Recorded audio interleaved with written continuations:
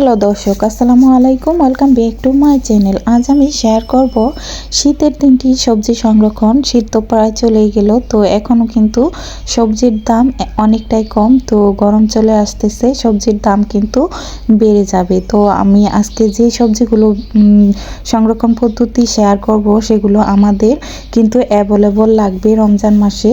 ধনিয়া পাতা, বেগুনির জন্য, আর হচ্ছে ধনিয়া পাতাটা কিন্তু সব কিছুতেই লাগে। আর হচ্ছে সারা বছরের জন্য সিমের বিচি সংরক্ষণের সহজ পদ্ধতি। আশা করি এই 3টি সবজি সংরক্ষণের পদ্ধতি আপনাদের কাছে ভালো লাগবে। যদি ভালো লেগে যায় তাহলে আমার চ্যানেলটা সাবস্ক্রাইব করে পাশেই থাকুন, একটি লাইক দিয়ে ভিডিওটি কন্টিনিউ করুন। চলুন দেখে নেওয়া যাক আজকের 3টি সবজি সংরক্ষণের পদ্ধতি। তো আশা করি ভিডিওটি আপনাদের অনেক বেশি উপকার হবে। তো প্রথমে আমি দেখিয়ে দিচ্ছি বেশ কিছুদিন আর কি বছর জুড়ে এবং সারা মাস জুড়ে কীভাবে ধনিয়া পাতাটা সংরক্ষণ করে রাখতে পারবেন। একটু কালার, রং, স্বাদ কোনো কিছুই কিন্তু, গন্ধ কোনো কিছুই নষ্ট হবে না, সেই পদ্ধতিটি দেখিয়ে দিচ্ছি। এখানে আমি কিছু ধনিয়া পাতা নিয়েছি, বেশ কিছু, আর এগুলো কিন্তু বেছে নিয়েছি। তো দেখতে পাচ্ছেন আমি কিভাবে বেছে নিয়েছি। তো ময়লা অংশ আর যেগুলো খারাপ সেগুলো কিন্তু ফেলে দিয়েছি, বুটাগুলা। এভাবে আমি এটা ধুয়েও নিয়েছি, ধুয়ে একদম পানি ঝরিয়ে নিয়েছি, দেখতে পাচ্ছেন। তো ধনিয়া পাতা সংরক্ষণের আগে খুব ভালোভাবে ধুয়ে নিতে হবে। তো ধুয়ে এবং পানি ঝরিয়ে নিতে হবে, এতে করে কিন্তু সবজিটা দীর্ঘদিন ভালো থাকবে।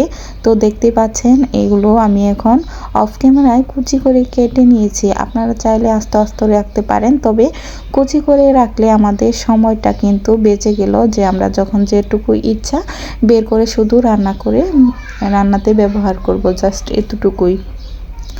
তো এই ধনিয়া পাতাগুলো আমি একদম কুচি কুচি করে কেটে নিয়েছি। আর দেখতে পাচ্ছেন ধনিয়া পাতার গায়ে কিন্তু একদমই পানি নেই। আমি এগুলো কিন্তু অফ ক্যামেরায় ধুয়ে পানিটা খুব ভালোভাবে ঝরিয়ে শুকিয়ে নিয়েছি।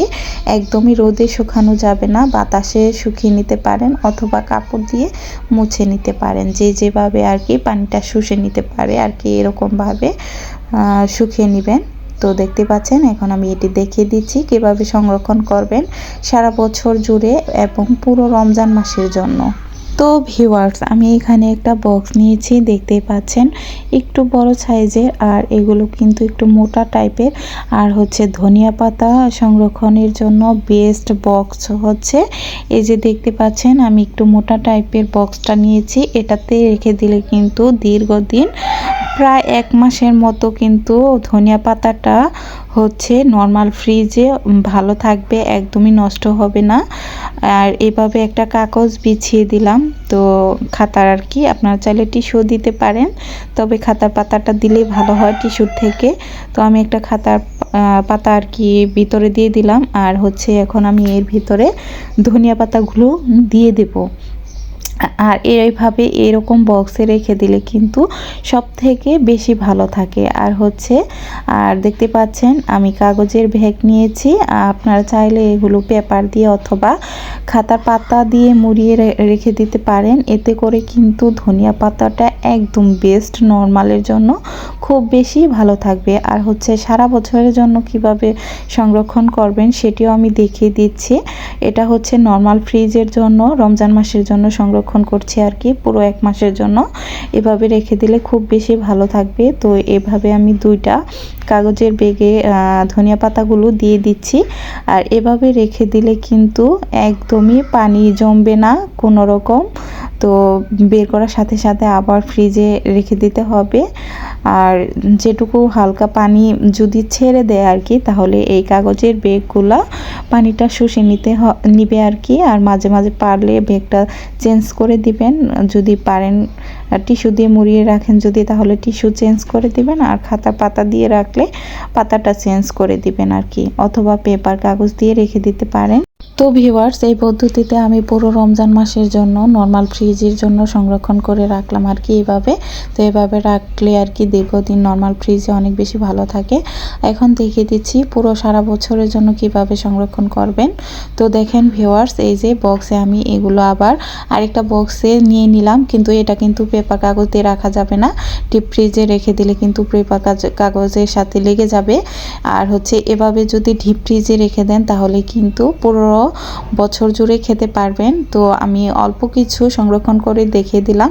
আমি এভাবে অনেকগুলো সংরক্ষণ করে রেখেছি। এখন দেখিয়ে দিচ্ছি বেগুন সংরক্ষণ করবেন কিভাবে রমজানের জন্য এবং সারা বছরের জন্য। তো আজকে আমি দেখিয়ে দিচ্ছি পুরো 1 মাসের জন্য নর্মাল ফ্রিজে কিভাবে বেগুন সংরক্ষণ করবেন। একটু কালার রং কোনো কিছুই নষ্ট হবে না, নষ্ট হয়ে যাবে না। তো এখন দেখেন এখানে আমি 4টা বেগুন নিয়েছি আর এগুলো প্রথমে খুব ভালোভাবে ধুয়ে নিতে হবে, ধুয়ে পানি ঝরিয়ে নিব।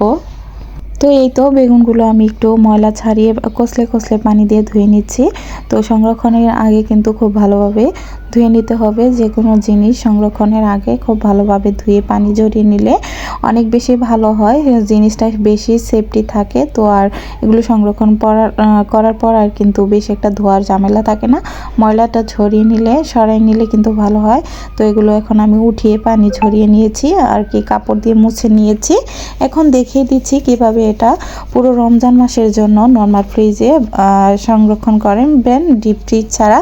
তো আমি বেগুন সংরক্ষণের ভিডিও দিয়েছি আমার চ্যানেলে অলরেডি, তো আপনারা চাইলে কিন্তু দেখে নিতে পারেন পুরো রমজান মাসে বেগুনের জন্য আরেকটা পদ্ধতিতে ডিপ ফ্রিজে কিভাবে রেখে দিবেন। তো চাইলে কিন্তু ভিডিওটা দেখে নিতে পারেন, আমার চ্যানেলে ঘুরে আসতে পারেন। এখন আমি প্রথমে বেগুনের সবগুলো খোসাই কেটে নিব, কেননা এই খোসার জায়গায় কিন্তু পানি জমে থাকে। তো পানি জমে থাকলে কিন্তু বেগুনটা খুব তাড়াতাড়ি নষ্ট হয়ে যাবে, এজন্য বেগুনের খোসাটা আগে কেটে নিতে হবে। তো অল্প করে আর কি, তো সবগুলোই কেটে নেব আর হচ্ছে সবগুলোই এভাবে কেটে আর কি মুছে নিতে হবে, টিস্যু দিয়ে অথবা কাপড় দিয়ে মুছে নিতে পারেন। এভাবে সবগুলোই আমি কেটে নিচ্ছি আর দেখিয়ে দিচ্ছি এখন এগুলো কিভাবে সংরক্ষণ করবেন। এই তো দেখেন ভিউয়ার সবগুলো কিন্তু খোসা ছাড়ানো হয়ে গেছে এবং আমি মুছে নিয়েছি পানি। এবার আমি এই যে অব্যবহৃত যে কাগজের ব্যাগগুলো আছে আর কি, এগুলোতে আর কি বিভিন্ন ধরনের কসমেটিক বা কিছু আনা হয়, আর এরকম একটা মোটা টাইপের পলি কাগজ নেবেন আর কি, আমার কাছে ছিল তাই আমি এটি দিয়ে দেখিয়ে দিচ্ছি। এভাবে রাখি আর কি, এভাবে রাখলে ভালো থাকে। তো এখন আমি এটা কেটে নিব, তারপর দেখিয়ে দিচ্ছি এটা দিয়ে আমি কিভাবে নর্মাল ফ্রিজে পুরো 1 মাস বা 2 মাসের জন্য বেগুনটা রেখে দিলে একদমই নষ্ট হবে না, ভালো থাকবে, সেটি দেখিয়ে দিচ্ছি। তো দেখেন ভিউয়ার্স আমি প্র্যাকটিক্যালি দেখিয়ে দিচ্ছি বেগুনগুলো কিভাবে কাগজ দিয়ে মুড়িয়ে রাখতে হবে। তো একটা কাগজ আর হচ্ছে একটা বেগুন নিলাম। এখন আমি এই কানি থেকে বেগুনটা একদম পেঁচে নিব খুব ভালোভাবে, যাতে করে ভিতরে কোনো রকম বাতাস না ঢুকে। দেখতে পাচ্ছেন আমি কিভাবে পেঁচে নিচ্ছি। এখন এই 2 পাশটা আর কি বন্ধ করে দিতে হবে। তো 2 পাশটা আমি হাতে বন্ধ করে দিলাম। এখন এগুলো একটা রাবার দিয়ে মুড়িয়ে রাখবো, এতে করে কিন্তু আর কাগজটা সরে যাবে না। আপনারা চাইলে কিন্তু সুতা দিয়ে রাখতে পারেন আর কি, বেঁধে যে কোনো জিনিস দিয়ে। আমি আর কি রাবার দিয়ে দিচ্ছি, দেখতে পাচ্ছেন আমি কিভাবে দিয়েছি। এভাবে আমি সবগুলো বেগুন মুড়িয়ে নিচ্ছি। তো ভিউয়ার্স আমি আরও একটি বেগুন এভাবে করে দেখে দিচ্ছি। তো এভাবে দেখেন সবগুলো বেগুনই আমি একই সেম পদ্ধতিতে আর কি কাগজ দিয়ে মুড়িয়ে নিচ্ছি। আপনারা কিন্তু বেগুনগুলো নর্মাল ফ্রিজে ভালো রাখতে এভাবে করে রেখে দিতে পারেন, আর ডিপ ফ্রিজে কীভাবে রাখবেন সেই ভিডিও আমার চ্যানেলে দেওয়া আছে, তো দেখে নিতে পারেন। এভাবে আমি এখন আবার রবার দিয়ে বেঁধে নেব। তো দেখেন ভিউয়ার্স এগুলো সবগুলোই কিন্তু আমার মোড়ানো হয়ে গেছে। এখন দেখিয়ে দিচ্ছি এগুলো কিভাবে নর্মাল ফ্রিজে বেশ কিছুদিন ভালো থাকবে আর কি, পুরো 1 মাস।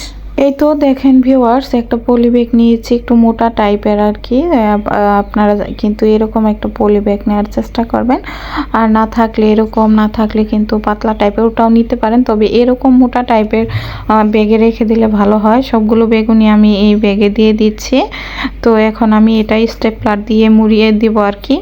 আর এভাবে রেখে দিলে কিন্তু পুরো 1 মাস থেকে 1 থেকে 2 মাস খুব ভালো থাকবে নর্মাল ফ্রিজে। অনায়াসে পুরো রমজান মাসের বেগুনি বানিয়ে খেতে পারবেন এভাবে রেখে দিলে। ডিপ ফ্রিজে এভাবে রাখার দরকার নেই আর কি। আর ডিপ ফ্রিজে রাখার পদ্ধতিটাও আবারও বলছি আমার চ্যানেলে দেওয়া আছে, দেখে নিতে পারবেন। তো এগুলো আমি এখন এভাবে কিভাবে রেখে দিচ্ছি দেখতে পাচ্ছেন, স্টেপলার দিয়ে দিলাম। এখন এটা ফ্রিজে রেখে দেবো। এখন দেখিয়ে দিচ্ছি কিভাবে সিমের দানা সংরক্ষণ করবেন।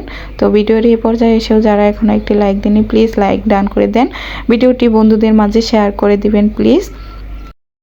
সিমের দানা কিভাবে সংরক্ষণ করবেন সেটাই দেখিয়ে দিচ্ছি। অফ ক্যামেরায় আমি সিমের খোসাগুলো ছাড়িয়ে নিয়েছি। অলরেডি সিমের খোসা কিভাবে ছাড়াবেন এই ভিডিও আমার চ্যানেলে দেয়া আছে, এটা দেখে নিতে পারেন। একসাথে কিভাবে অনেকগুলো সিমের দানা খোসা ছাড়িয়ে নিতে পারবেন নখের স্পর্শ ছাড়াই। তো এগুলো আমি ধুয়ে নিচ্ছি নর্মাল পানি দিয়ে। আর এখন দেখিয়ে দিচ্ছি কিভাবে সংরক্ষণ করবেন। তো একটা পাত্রে আমি গরম জল দিয়েছি, এবার এখানে আমি সিমের দানাগুলো দিয়ে দিচ্ছি। আর পানিটা যখন ফুটে আসবে তখন এর মধ্যে 1 চা চামচ পরিমাণের মতো আর কি হলুদের গুঁড়া দিয়ে দিব, দিয়ে একটু ফুটিয়ে অল্প একটু ভাপ দিয়ে নিব আর কি, জাস্ট 1 মিনিটের মতো। জাস্ট এই তো সিমের দানাগুলো আমার ভাপ দেওয়া হয়ে গেছে। এখন নর্মাল পানি দিয়ে খুব ভালোভাবে ধুয়ে নেব যাতে করে গরম ভাবটা না থাকে।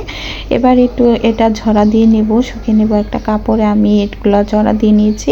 কাপড়টা কিন্তু সহজেই সিমের দানার সাথে যে পানিটা রয়েছে সেটা শুষে নেবে। তো দেখেন এভাবে 30 মিনিট 20 মিনিটের মতো রেখে দিলেই হবে বাতাসে একটু। তো দেখেন এগুলো আমার কিন্তু এখন পানি হয়ে গেছে আর কি, শুষে নেওয়া হয়ে গেছে। সিমগুলো একদম ঝরঝরা হয়ে গেছে, একদমই পানি নেই। এখন এটি সংরক্ষণ পদ্ধতি দেখিয়ে দিচ্ছি।